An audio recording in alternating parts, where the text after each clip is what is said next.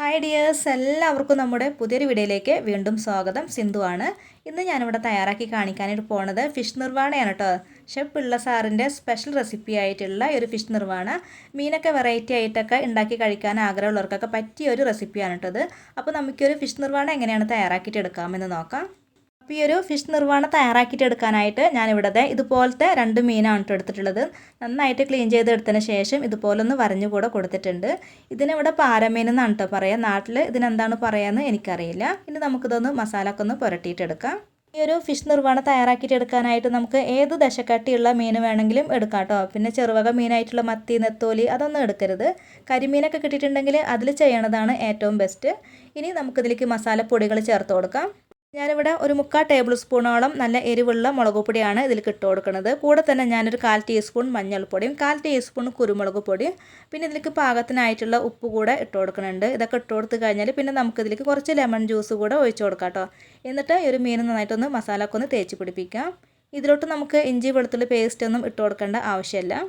ഇനി ഇത് കൈ വെച്ചിട്ട് നന്നായിട്ടൊന്ന് മിക്സ് ചെയ്തിട്ട് എടുക്കാം കേട്ടോ. ഒരു മസാലക്ക മീനിൻ്റെ എല്ലാ ഭാഗത്തേക്കും ആവണ പോലെ ഇതുപോലെ ഇങ്ങനെ ഒന്ന് മിക്സ് ചെയ്തിട്ട് കൊടുത്തതിന് ശേഷം പിന്നെ നമുക്കൊരു മീൻ ഒരു 10 മിനിറ്റോളം ഒന്ന് മാറ്റി വയ്ക്കാം. 10 മിനിറ്റൊക്കെ മതിയിട്ട് അതിൽ കൂടുതലൊന്നും വെക്കേണ്ട ആവശ്യമൊന്നുമില്ല. 10 മിനിറ്റ് ആയിട്ടുണ്ട്. ഇനി ഒരു മീനൊന്ന് ഫ്രൈ ചെയ്തിട്ട് എടുക്കാം. ഒരു പാനിൽ കുറച്ച് വെളിച്ചെണ്ണ ഒഴിച്ച് കൊടുത്ത് ചൂടാക്കിയതിന് ശേഷം ഇതിലേക്ക് നമുക്ക് മീൻ വെച്ച് കൊടുക്കാം കേട്ടോ.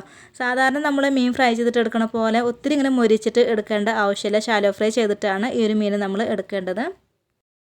പിന്നെ ഒരു കാര്യം പറയാനുണ്ട്, നമ്മുടെ ഒരു ചാനൽ സബ്സ്ക്രൈബ് ചെയ്യാതെ കാണുന്ന കൂട്ടുകാരൊക്കെ ഉണ്ടെങ്കിൽ ചാനൽ ഒന്ന് സബ്സ്ക്രൈബ് ചെയ്യുക. പിന്നെ എല്ലാവരും വീഡിയോ കണ്ടുകൊണ്ടിരിക്കുന്ന സമയത്ത് ഒന്ന് ലൈക്കും കൂടെ ചെയ്യാനായിട്ട് മറക്കരുത്. പിന്നെ എന്തെങ്കിലും അഭിപ്രായങ്ങളൊക്കെ ഉണ്ടെങ്കിൽ കമൻ്റായിട്ട് അറിയിക്കാനും കൂടെ മറക്കരുത് കേട്ടോ. നമുക്കിതൊന്ന് മറിച്ചിട്ട് കൂടെ കൊടുക്കാം.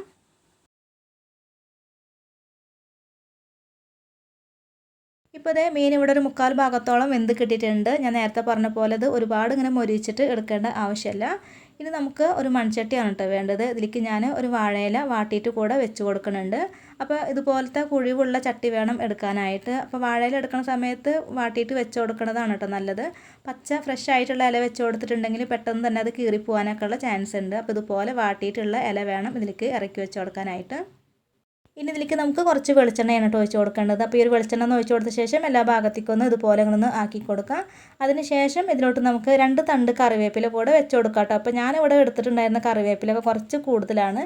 ഇത് കഴിക്കുന്ന സമയത്ത് കുറച്ച് കറിവേപ്പില ഇങ്ങനെ കൂടിപ്പോയൊരു ഫീലിംഗ് എനിക്ക് തോന്നിയിട്ട്. അപ്പോൾ നിങ്ങൾ ചെയ്യുന്നുണ്ടെങ്കിൽ കറിവേപ്പില വളരെ കുറച്ച് മാത്രം വെച്ച് കൊടുത്താൽ മതി. അപ്പോൾ കറിവേപ്പിലൊക്കെ വെച്ച് കൊടുത്തിട്ടുണ്ട്. ഇതിലേക്ക് നമ്മൾ പകുതിയോളം വേവിച്ച് വെച്ചിട്ടുണ്ടായിരുന്ന മീൻ ഇതിലേക്ക് ഇറക്കി വെച്ച് കൊടുക്കാം. നമ്മൾ ഫ്രൈ ചെയ്ത് വെച്ചിട്ടുള്ള മീനൊക്കെ വെച്ച് കൊടുത്ത ശേഷം പിന്നെ അതിലേക്ക് നമുക്ക് 1 ടേബിൾ സ്പൂണോളം ഇഞ്ചി ചെറുതാക്കിയിട്ട് കട്ട് ചെയ്തിട്ടുള്ളത് ചേർത്ത് കൊടുക്കാം. കൂടെ തന്നെ 2 ടേബിൾ സ്പൂൺ തേങ്ങാക്കൊത്താണ് ഇട്ട് കൊടുക്കേണ്ടത്. അപ്പോൾ ഈ ഒരു തേങ്ങാക്കൊത്തൊക്കെ ചേർത്ത് കൊടുത്ത ശേഷം പിന്നെ നമുക്ക് നമ്മുടെ പുളിക്കനുസരിച്ചിട്ടുള്ള മാങ്ങയാണ് ചേർത്ത് കൊടുക്കേണ്ടത്. ഞാനിവിടെ ചെറിയൊരു കഷ്ണം മാങ്ങ ഇതുപോലെ ചെറുതാക്കിയിട്ട് കട്ട് ചെയ്തിട്ടുള്ളത് ചേർത്ത് കൊടുക്കുന്നുണ്ട്. നല്ല പുളിയുള്ള മാങ്ങയുണ്ട്, അത് കാരണമാണ് ഞാൻ കുറച്ചിട്ട് കൊടുത്തിട്ടുള്ളത്. ഇതിലേക്ക് നമുക്ക് നമ്മുടെ എരിവിനനുസരിച്ചിട്ടുള്ള പച്ചമുളക് കൂടെ ചേർക്കാം. ഞാനിവിടെ ഒരു 3 പച്ചമുളകും പിന്നെ 1/2 ടീസ്പൂൺ കുരുമുളക് പൊടി കൂടെ ചേർത്ത് കൊടുക്കുന്നുണ്ട്. കൂടെ തന്നെ കുറച്ച് ഉപ്പും കൂടെ ചേർത്തിട്ട് ഇത് ഞാൻ വീണ്ടും കുറച്ച് കറിവേപ്പില ഇട്ട് കൊടുക്കുന്നുണ്ട്. അപ്പോൾ നിങ്ങൾ ഇട്ട് കൊടുക്കുമ്പോൾ ഈ രണ്ടാമത് ഇട്ട് കൊടുക്കുന്ന കറിവേപ്പില ചേർത്ത് കൊടുക്കേണ്ട ആവശ്യമില്ല. കറിവേപ്പില ഞാൻ ചേർത്തത് കൂടുതലാണ്.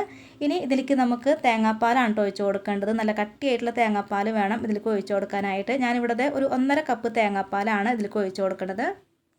ഇനി നമുക്ക് ഈ ഒരു തേങ്ങാപ്പാലൊക്കെ ഒഴിച്ച് കൊടുത്ത ശേഷം ഇത് അടുപ്പത്ത് വെച്ചിട്ടൊന്ന് തിളപ്പിച്ചിട്ട് കൂടെ എടുക്കാം കേട്ടോ. ഈ ഒരു തേങ്ങാപ്പാലൊക്കെ ഒന്ന് വറ്റിച്ചിട്ട് കൂടെ എടുക്കണം. ഇത് നമ്മൾ അടുപ്പത്ത് വെച്ച് കൊടുത്ത ശേഷം പിന്നെ നമ്മളിത് ഇളക്കി കൊടുക്കുകയൊന്നും ചെയ്യരുത്. അങ്ങനെയാണെങ്കിൽ ഈ ഒരു മീനൊക്കെ നല്ലോണം തന്നെ ഇങ്ങനെ പൊട്ടിയിട്ടൊക്കെ പോകും. പിന്നെ ഇതിൻ്റെ മുകളിൽ കിടക്കുന്ന ഈ ഒരു മാങ്ങ കഷ്ണങ്ങളും പച്ചമുളകൊക്കെ ഉണ്ടല്ലോ, അതൊക്കെ ഒന്ന് അങ്ങോട്ടും ഇങ്ങോട്ടൊക്കെ ഒന്ന് മാറ്റി കൊടുക്കണമെന്നൊന്നും കുഴപ്പമൊന്നുമില്ല. മീനൊന്നും നമ്മളിതിൽ വെച്ചിട്ടൊന്നും മറിച്ചിട്ടിട്ടൊന്നും കൊടുക്കരുത്. പിന്നെ ഇതിലേക്ക് നമ്മൾ തേങ്ങാപ്പാലൊക്കെ ഒഴിച്ച് കൊടുക്കുമ്പോൾ ഈ ഒരു മീൻ മുങ്ങിക്കെടുക്കാൻ വിധത്തിൽ വേണം കേട്ടോ ഒഴിച്ച് കൊടുക്കാനായിട്ട്. എന്നാലാണ് ഈ ഒരു മീനിൻ്റെ മുകൾ ഭാഗമൊക്കെ നന്നായിട്ട് വെന്തിട്ടൊക്കെ കിട്ടുള്ളൂ. ഇനി ഞാനത് അടച്ച് വെച്ചിട്ട് ഒന്ന് വേവിച്ചിട്ട് എടുക്കുകയാണ്. ഇത് നമുക്ക് പെട്ടെന്ന് തന്നെ റെഡി ആയിട്ടൊക്കെ കിട്ടും കേട്ടോ. ഒരു തേങ്ങാപ്പാൽ പെട്ടെന്ന് ഇങ്ങനെ വെന്തിട്ടൊക്കെ കുറുകിയിട്ടൊക്കെ വരും. ഒരുപാട് സമയമൊന്നും വേണ്ടി വരില്ല കേട്ടോ ഈ ഒരു നിർവ്വാണം തയ്യാറാക്കിയിട്ട് എടുക്കാനായിട്ട്. അപ്പോൾ ഇടയ്ക്കൊക്കെ ഒന്ന് തുറന്നിട്ടൊക്കെ ഒന്ന് നോക്കണം കേട്ടോ. ഈ ഒരു പച്ചമുളകും തേങ്ങാ കഷ്ണങ്ങളൊക്കെ അവിടെ ഇടയ്ക്കായിട്ടൊക്കെ എടുക്കുന്നുണ്ടെങ്കിൽ അതൊക്കെ നമുക്ക് അങ്ങോട്ടും ഇങ്ങോട്ടൊക്കെ ഒന്ന് മാറ്റി കൊടുക്കാം. ഞാൻ നേരത്തെ പറഞ്ഞ പോലെ ഇപ്പോൾ ഇതിൽ കുറച്ചും കൂടെ വെള്ളം കേട്ടോ. ഈ ഒരു വെള്ളമൊക്കെ ഒന്ന് വറ്റി വരണം. ഈ ഒരു തേങ്ങാപ്പാലത്തെ വെള്ളമാണ്. ഇതൊക്കെ ഒന്ന് വറ്റി കഴിഞ്ഞാലാണ് നമ്മൾ ഈ ഒരു നിർവ്വാണം ഇവിടെ കറക്റ്റായിട്ട് കിട്ടുള്ളൂ. അപ്പോൾ നല്ല തിക്കായിട്ടുള്ള ഒരു ഗ്രേവിയാണ് കേട്ടോ നമുക്ക് ഉണ്ടാവുക. ഗ്രേവി എന്ന് പറയാൻ പറ്റില്ല. ഈ ഒരു തേങ്ങാപ്പാലൊക്കെ ഇങ്ങനെ വറ്റിയിട്ട് ആകെ അങ്ങനെ ഒരു കുറുകിയ പരുവത്തിലിരിക്കണ ഒരു രീതിയിലാണ് കേട്ടോ നമുക്കൊരു നിർവ്വാണം കിട്ടുക. ഇതിലേക്ക് ഒഴിച്ചു കൊടുത്തിട്ടുണ്ടായിരുന്ന തേങ്ങാപ്പാലൊക്കെ അത് നല്ലോണം തന്നെ വറ്റി വന്നിട്ടുണ്ട്. പിന്നെ ആ ഒരു മാങ്ങ കഷ്ണങ്ങളൊക്കെ ഉണ്ടല്ലോ അതും വെന്തിട്ടൊക്കെ കിട്ടിയിട്ടുണ്ട്. ഇനി ഇതിലേക്ക് നമുക്ക് ഫ്ലെയിം ഓഫ് ആക്കിയതിന് ശേഷം ഒരു ടേബിൾ സ്പൂണോളം വെളിച്ചെണ്ണ കൂടെ ഒഴിച്ചു കൊടുക്കാം കേട്ടോ. അതിൻ്റെ മുകളിലൊക്കെ ഒന്ന് ഒഴിച്ചു കൊടുത്ത ശേഷം പിന്നെ നമുക്കിത് അടച്ച് വയ്ക്കാം. ഒരു 5 മിനിറ്റ് അടച്ച് വെച്ചതിന് ശേഷം പിന്നെ നമുക്കിത് എടുത്തിട്ട് തുറന്നിട്ട് സെർവ് ചെയ്യാം കേട്ടോ. അപ്പോൾ ഇത്രയേ ഉള്ളൂ. വളരെ എളുപ്പത്തിൽ തയ്യാറാക്കിയിട്ട് എടുക്കാൻ പറ്റുന്ന നല്ല ടേസ്റ്റി ആയിട്ടുള്ളൊരു ഫിഷ് നിർവാണയാണ്. ഇത് നമുക്ക് അപ്പത്തിൻ്റെ കൂടെയും ഇടിയപ്പത്തിൻ്റെ കൂടെയൊക്കെ കഴിക്കാം കേട്ടോ. അപ്പോൾ തീർച്ചയായിട്ടും ട്രൈ ചെയ്ത് നോക്കുക. വീഡിയോ എല്ലാവർക്കും ഇഷ്ടമായിട്ടുണ്ട് എന്ന് കരുതുന്നു. അപ്പോൾ എല്ലാവരും ഒന്ന് ലൈക്ക് ചെയ്യുക, ഷെയർ ചെയ്യുക. പിന്നെ നമ്മുടെ ഇത് ചാനൽ സബ്സ്ക്രൈബ് ചെയ്യാതെ കാണുന്ന കൂട്ടുകാരുണ്ടെങ്കിൽ ചാനൽ ഒന്ന് സബ്സ്ക്രൈബും കൂടെ ചെയ്യാം കേട്ടോ. അപ്പോൾ ഇനി അടുത്ത നല്ലൊരു റെസിപ്പിയുമായിട്ട് വീണ്ടും വരാം. താങ്ക്